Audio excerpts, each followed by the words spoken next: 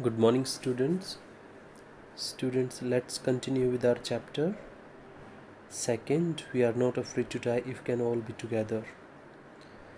Today, we are going to start with page number 16, second paragraph.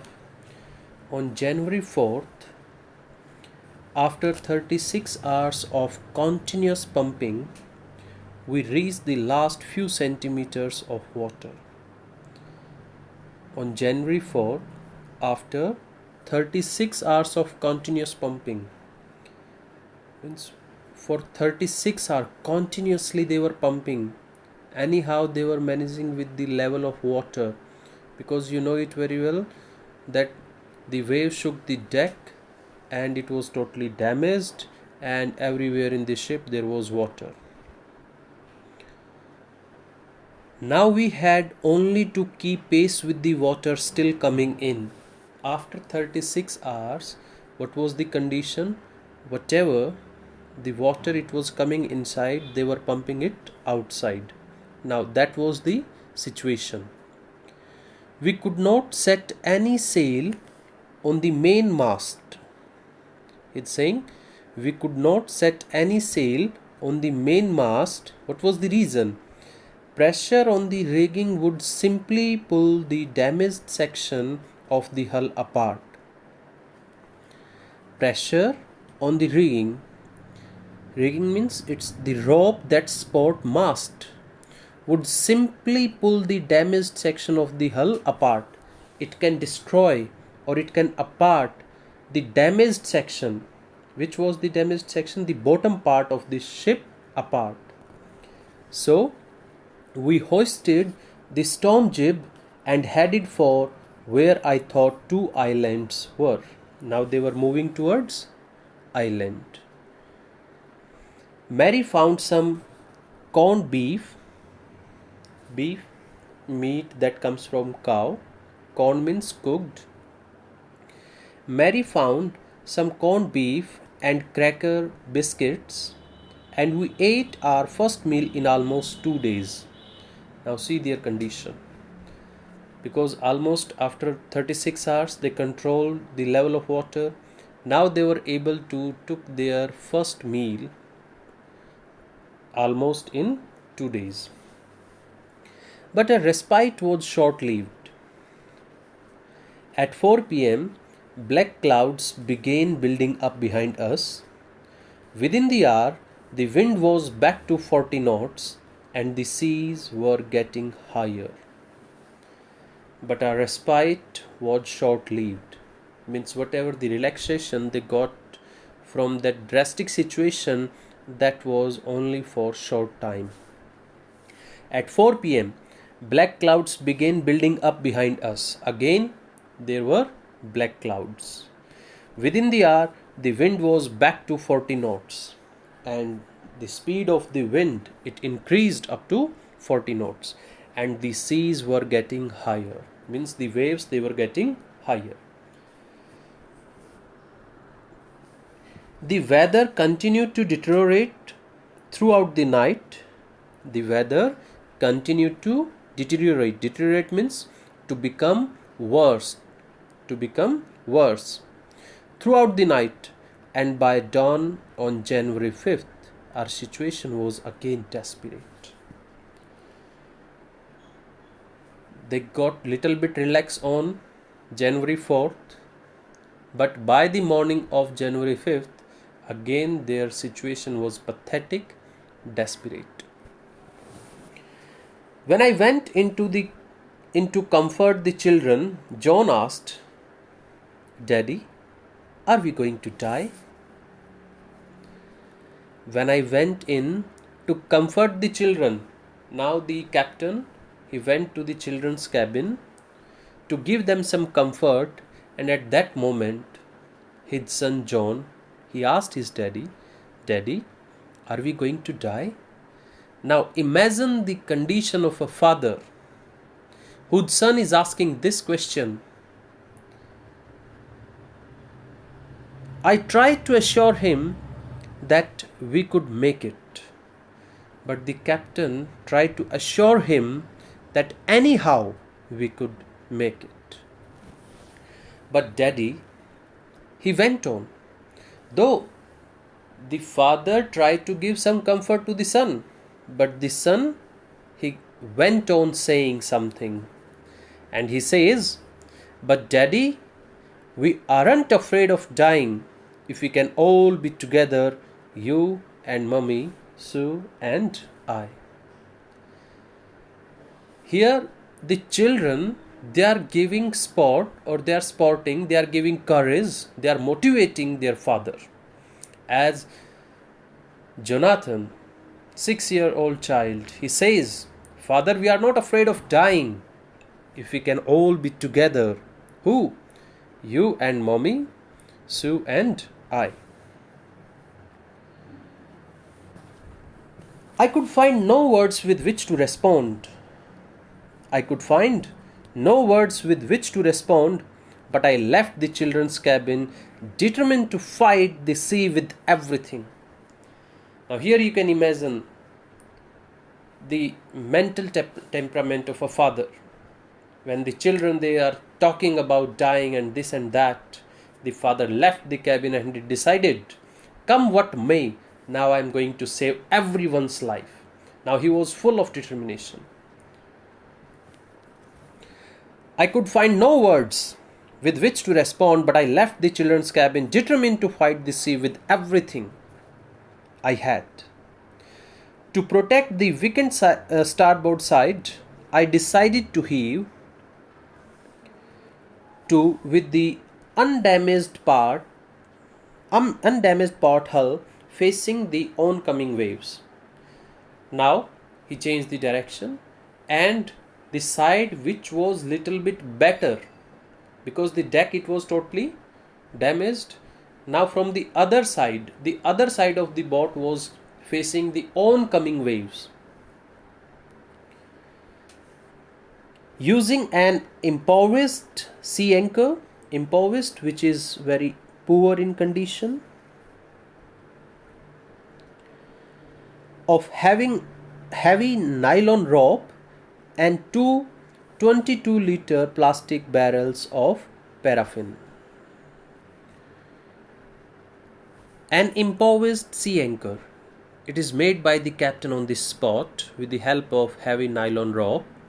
He just tied the two 22-liter plastic barrel of paraffin. That evening, Mary and I sat together holding hands as the motion of the ship brought more and more water in through the broken planks. We both felt the end was near. Now both of them, they were sitting together, holding each other's hand and talking about their situation. And they also realized, as the water entered, or as it is continued, so our end is almost very near. But Waywalker rode out the storm. See, though the condition of Waywalker was not good, the bottom part, it was almost to apart, the starboard side, it was almost damaged, but still, anyhow, the Waywalker rode out of the storm. And by the morning of January 6th, with the wind easing, I tried to get a reading on the sextant. Sextant, it's an instrument, okay, on which you get some signals or something like that. Back in the chart room, I worked on wind speeds, change of course. So he went back to the chart room. There he worked on the wind speeds, and there were changes of course. Drift means to move slowly, and current in an effort to calculate our position. And anyhow, the captain was able to calculate his position. The best I could determine was that we were somewhere in 150,000 kilometers of ocean, looking for a 65 kilometer wide island. How much of the distance they have covered till now? 150,000 kilometers. And now he estimated that in nearby area of around 65 kilometer there is a wide island. While I was thinking, Sue, moving painfully, joined me. The left side of her head was now very swollen, and her blackened eyes narrowed to slits. She gave me a card she had made. Now, Suzanne, she came to her father, she gave him a card, and her head, it was almost swollen, especially above the eye. On the front, she had drawn caricatures. Caricatures means funny pictures. On the front, she had drawn caricatures of Mary and me with the words, "Here are some funny people." Now she gave the card. On the card, she drew the pictures of her father and mother, and she mentioned, "Here are some funny people. Did they make you laugh?" I laughed a lot as well. Inside was a message. "Oh, how I love you both." See, the girl is giving message to the parent. "Oh, how I love you both." So this card is to say thank you and let's hope for the best. So this is the way to motivate someone. This is the way to support someone in actual, right? So the children, they boosted the morale of the captain step by step or at every moment. So this card is to say thank you and let's hope for the best. Somehow we had to make it. So come what may, we have to make it.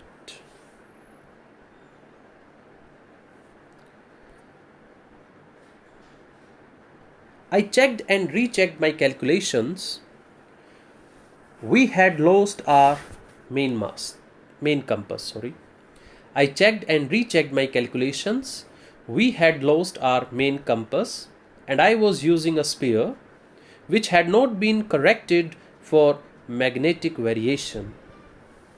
Now he was using a spear one, compass, an instrument for finding direction. I made an allowance for this and another estimate of the influence of the westerly currents here used for winds or gales, you can say, which flow through this part of the Indian Ocean. I made an allowance. Allowance means I considered. He made a guess now. About 2 p.m., I went on deck and asked Larry to steer a course of 185 degrees. First he made the estimated, he made a calculation, okay. First he observed the speed of the wind as well as the direction, then he made some calculation, then he went to the deck and asked Larry, who is Larry? The helper, crewman, to steer. To steer means to take a turn or to move. To take a turn, a course of 85 degree. If we were lucky, I told him with a conviction means with a belief, I did not feel he could expect to see the island at about 5 p.m. He said that if we will be lucky, then definitely about 5 p.m. we will be at the island. Then with a heavy heart, I went below, climbed on my bunk, and amazingly dozed off. Then he went to take the rest. When I woke, it was 6 p.m. and growing dark. I knew we must have missed the island. Now, the narrator, he was a little bit worried because it was 6 and he thought that we must have missed the island. And with the sail we had left, we couldn't hope to beat back into the westerly winds because the gales were too fast. And the condition of the boat, it was not like that they could go back. At that moment, a tousled head appeared by my bunk. "Can I have a hug?" Jonathan asked. Sue was right behind him. So at that moment, a tousled head, untidy hair, you can say. So Jonathan and Suzanne came and John asked, "Can I have a hug?" And the father says, "Why am I getting a hug now? Why am I getting a hug now? Because you are the best daddy in the whole world and the best captain, my son replied. His son replied, because you are the best daddy and the best captain in the whole world. Not today, John, I'm afraid. Why did the father say like that? Not today, John, I'm afraid. Because he thought the time is about 6 p.m. So we have missed the island. That's why he was saying. He was thinking that if I were able to get the island, then I could consider whatever my son is saying, it is appropriate. Why, you must be, said Sue in a matter of fact voice. You found the island. She said, why, you must be, said Sue in a matter of fact voice.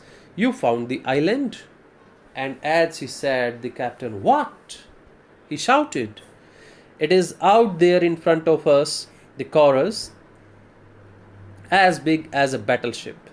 I rushed on deck and gazed with relief at the stark outline of Isle Amsterdam. It was only a bleak piece of volcanic rock with little vegetation, the most beautiful island in the world. Bleak, which is cold and unpleasant. So, there were some trees, plants, little vegetation also, but it was the most beautiful island in the world for them. Why? Because they need some rest. They need some place where they can stop so that they can repair their boat. That's why it is considered the most beautiful island in the world. So students, further we shall discuss in next video. Remember, you will make again 5 short questions and you will write down the vocabulary in your fair notebook. Thank you.